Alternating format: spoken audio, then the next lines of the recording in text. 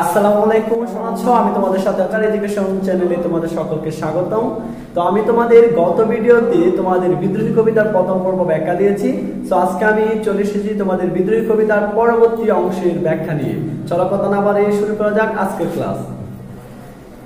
কবি বলেন, আমি উন্মন মন উদাসীর, আমি বীরবার বুকে কুন্দন শ্বাস হুতাশ, আমি হুতাশী।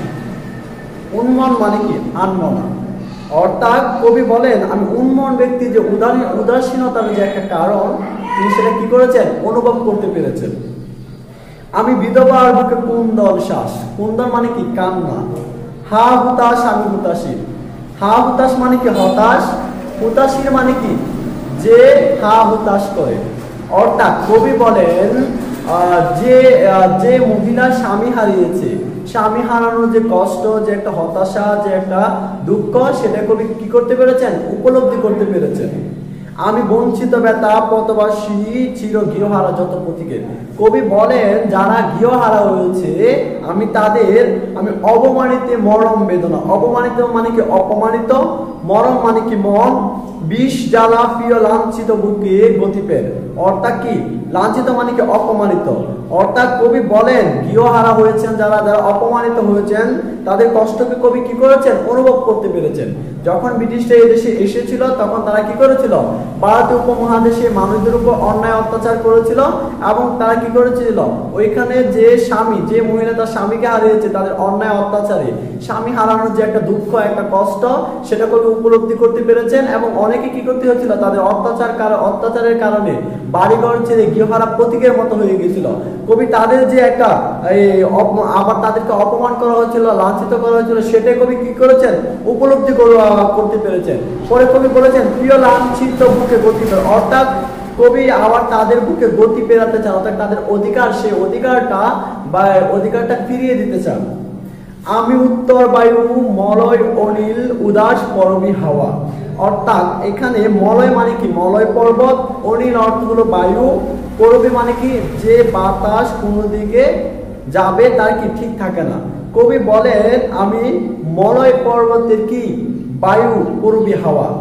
আমি প্রতীক কবির রাগিনী, বেনু বিনে গান গাওয়া। অর্থাৎ রাগিনী মানে কি? গানের সুর।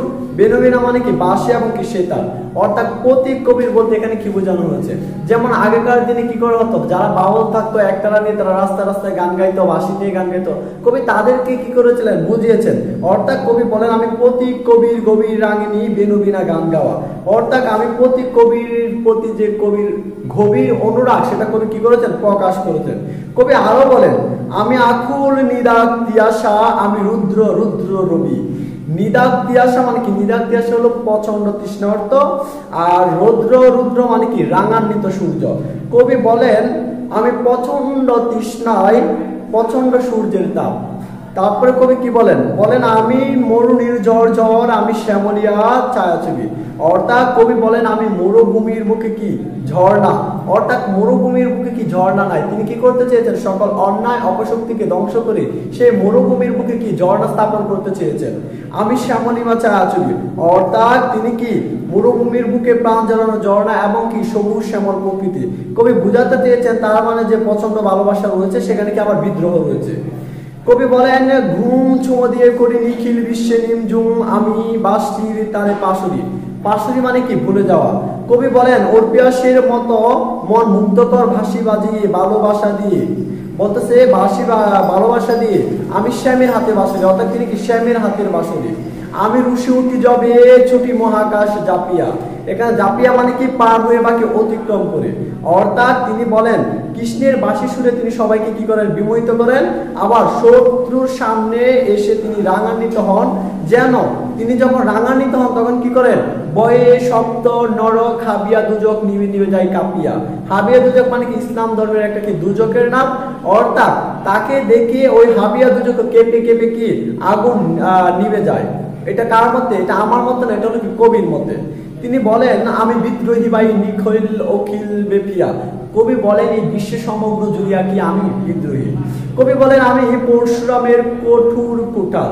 পরশুরাম মানে কি? পরশুরাম হলো দেবতা দেবতা বিষ্ণু কি ষষ্ঠতম অবতার, বলতেছে নিক্ষীয় করিব বিশ্ব আনিব শান্তি উদার শান্ত।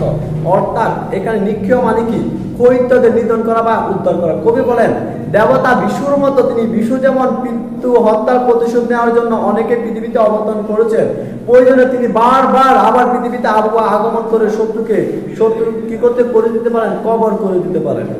বলে আমি হল বলরাম স্কন্দে, হল মানে কি নাঙ্গল, আর স্কন্দে বলরাম মানে কি শ্রীকৃষ্ণের বড় ভাই, স্কন্দে মানে কাঁধে। অর্থাৎ শ্রীকৃষ্ণের বড় ভাইয়ের কাঁধে যে নাঙ্গল, তিনি কি করেন যুদ্ধের জন্য অপশক্তিকে ধ্বংস করার জন্য ওই নাঙ্গল ব্যবহার করেন। আমি উপরে পেলিব ওদিন বিশ্ব অবহেলে নবসৃষ্টির মহা আনন্দে।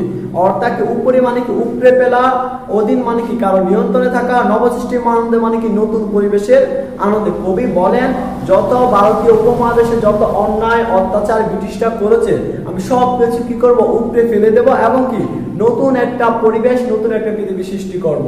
আমি বিদ্রোহী রণক্রান্ত, আমি সেই দিন হব শান্ত। রণ মানে কি যুদ্ধ, ক্লান্ত মানে কি ক্লান্ত অবস্থা। কবি বলেন আমি সেই দিনই যুদ্ধে কি হব, শান্ত হব। যেদিন কি হবে না, যবে উৎপীড়িতদের কুন্দর ঢুল আকাশে বাতাসে ধ্বনিবে না, অত্যাচারীর খড়গ কৃপান ভীম রণ ভূমে রণিবে না। অর্থাৎ যবে মানে কি যেদিন, উৎপীড়িত মানে কি শোষিত বা অত্যাচারীদের, খড়গ মানে কি বলিদানের যে অস্ত্র, ভীম মানে কি পঞ্চ পাণ্ডবের এক পাণ্ডব দ্বিতীয় পাণ্ডব, রণ মানে কি যুদ্ধ।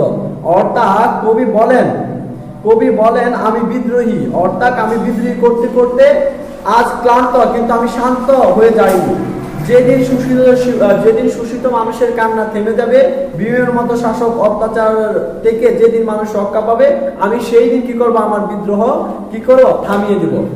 তারপরে কবি বলেন আমি বিদ্রোহী রণক্রান্ত, আমি সেই দিন হব শান্ত, আমি চির বিদ্রোহী। অর্থাৎ কবি বলেন যে তিনি সেরা বিদ্রোহ, এবং তিনি বিদ্রোহ করতে করতে ক্লান্ত হলেও বিদ্রোহ থামাবেন না, যতদিন এই সমাজ থেকে কি হবে না, অন্যায় অত্যাচার নির্মূল হবে না। কবি বলেন বিশ্ব চারিয়ে উঠিয়াছে একা ছিল উন্নতম খুশি। অবশেষে তিনি সারা জীবন অন্যায়ের বিরুদ্ধে মাথা উঁচু করে প্রতিবাদ করার প্রত্যাশা ব্যক্ত করেছেন। তো এই কবিতার মধ্য দিয়ে যে ব্রিটিশদের অপশক্তির যে একটা অন্যায় অত্যাচারী শাসন ছিল, সেই শাসনকে কবি অবসান ঘটিয়ে ভারতীয় মানুষের যে অধিকার ফিরিয়ে দেওয়ার জন্য যে একটা বিদ্রোহী মনোভাব, কবি এটাই এখানে তুলে ধরেছিলেন। সো আজকের ক্লাসে পর্যন্ত, সকলে ভালো থাকুন।